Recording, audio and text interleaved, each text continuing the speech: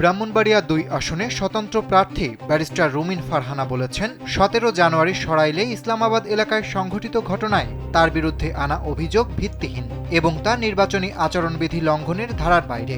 সোমবার দুপুরে ব্রাহ্মণবাড়িয়া প্রেস ক্লাবের সংবাদ সম্মেলনে কথা বলেন তিনি।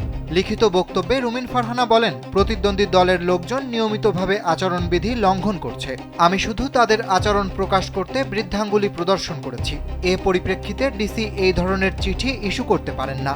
যে ইউনো অফিসের একটা চিঠির গোপনীয়তা রাখতে পারে না, নিরাপত্তা দিতে পারে না, তারা কি করে একটা নির্বাচন পরিচালনা করবেন, এমন প্রশ্ন করেছেন রুমিন ফারহানা।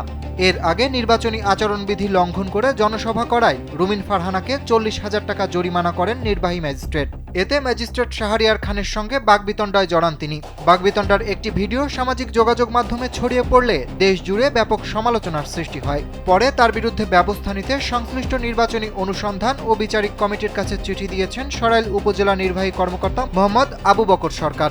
শনিবার কসবার সিনিয়র সিভিল জজ আদালতের নির্বাচনী বিচারক কমিটির প্রধান আশরাফুল ইসলামের কাছে চিঠি পাঠানো হয়।